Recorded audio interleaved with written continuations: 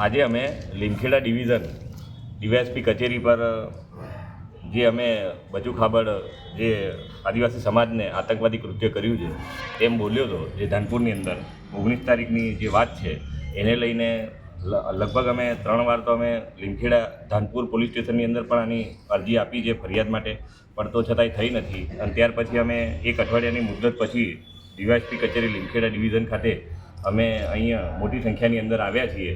પણ તો છતાંય જો હજુ એવું બનશે કે જો ફરિયાદ નહીં નોંધાય તો અમે આની આગળની પણ કાર્યવાહી કરીશું, પણ બચુ ખાબડને ફરિયાદ તો નોંધાવીને જ રહીશું એવું આદિવાસી સમાજ વતી અમારી જે માંગ છે એ માંગ માટે અમે આવનાર સમયની અંદર બહુ મોટી સંખ્યાની અંદર આનું પરિણામ ભોગવવા માટે પણ તૈયાર રહેવું પડશે.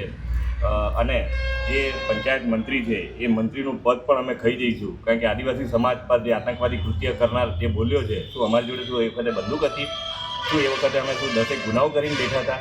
કે આદિવાસી સમાજ જે ગુરુ ગોવિંદ ચોક પર જે સફાઈનું કામ કરતા હતા એ સફાઈના કામને આતંકવાદી કૃત્ય બતાવ્યું છે?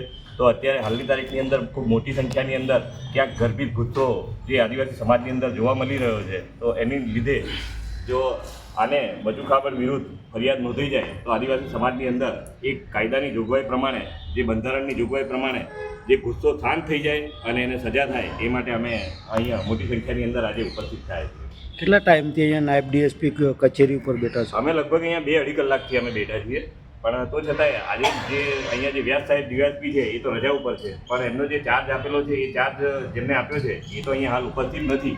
પણ તો છતાંય અમારી માંગ છે કે અહીંયા આવીને અમને જવાબ આપી દે કે ફરિયાદ અમારે નોંધવી છે કે નહીં નોંધવી, તો અમને ખબર પડે કે અમે આગળની કચેરીએ જઈએ.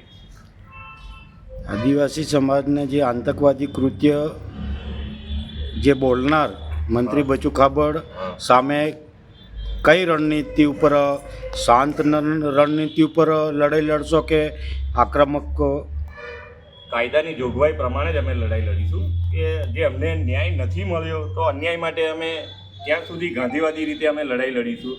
આદિવાસી સમાજ ક્યાંક ને ક્યાંક ઉશ્કેરાઈ ના જાય એના માટેનું પણ અમે ધ્યાન રાખ્યું છે, પણ તો છતાંય કાયદાની જોગવાઈ પ્રમાણે હજુ સુધી જો ફરિયાદ ન લીધી હોય તો આવનાર સમયની અંદર આદિવાસી સમાજના યુવાઓ, આદિવાસી સમાજ ક્યાંક ક્રાંતિના માર્ગે ન જતા રહે એના માટેની જવાબદારી પોલીસ પ્રશાસનની જાતે રહેશે. આજે બે સમાજ આમ સામે જે સોશિયલ મીડિયામાં જે કોમેન્ટો કરે છે એના વિશે શું કહેશો? એની અંદર તો જે કોમેન્ટો થઈ રહી છે એમાં તો અમે સ્પષ્ટપણે આદિવાસી સમાજના આગેવાનો તરીકે માનીએ છીએ કે કોળી સમાજની અંદર પણ ઘણા સારા એવા વ્યક્તિઓ છે કે જેમને આદિવાસી સમાજ માટે ઘણું સારું કરેલું છે. એટલે આ આદિવાસી સમાજ અને કોળી સમાજ વચ્ચે વર્ષોથી એક તાલમેલ રહ્યો જ છે, અને આદિવાસી સમાજે તો આનો એક એનો દાખલો પણ આપ્યો છે કે જે દાહોદ જિલ્લાની અંદર રહેતા કોળી સમાજની દીકરી જેને રણદીપપુર સિંહવડની અંદર જે એક શિક્ષક તરીકેની જે ઘટના બની હતી, એમાં એ ઘટનાની અંદર પણ આદિવાસી સમાજે મોટા ભાગની અંદર દરેક કામની અંદર કે દાહોદ બંધનું પણ એલાન રાખ્યું હતું. એ કોળી સમાજની દીકરી હતી, તો છતાંય આદિવાસી સમાજે એને ન્યાય મળે એના માટેની લડત લડી હતી. એટલે આદિવાસી સમાજ કોળી સમાજની સાથે જ છે, નથી એવું નથી. ભલે અહીંયા એમની 10% વસ્તી હોય, પણ તો છતાંય દરેક કોળી સમાજનો વ્યક્તિ પણ આદિવાસી સમાજને માનભેર જુએ છે.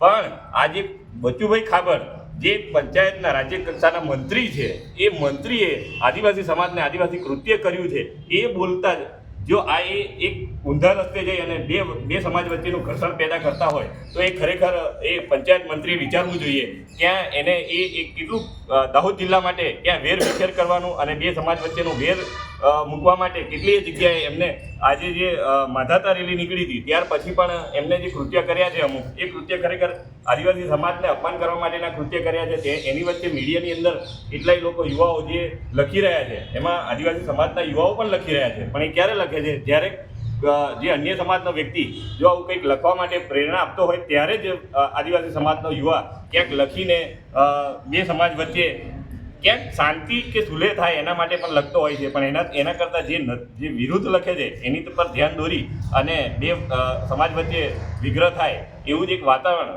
ઓલરેડી સમાજ કરી જ રહ્યો છે. તો એના માટે અમે આ બધું ન થાય એના માટે બચુભાઈ ખાબડ વિરુદ્ધ ફરિયાદ થાય ને એ જ એનો એક રસ્તો છે, અને એનાથી જ આદિવાસી સમાજને ન્યાયિક લડત લડી છે ને ન્યાયિક લડતમાં એમને ન્યાય મળે એવી મીડિયા માધ્યમ થકી પણ અમારી માંગ છે. શુભ નામ સર? કેતન બામણિયા.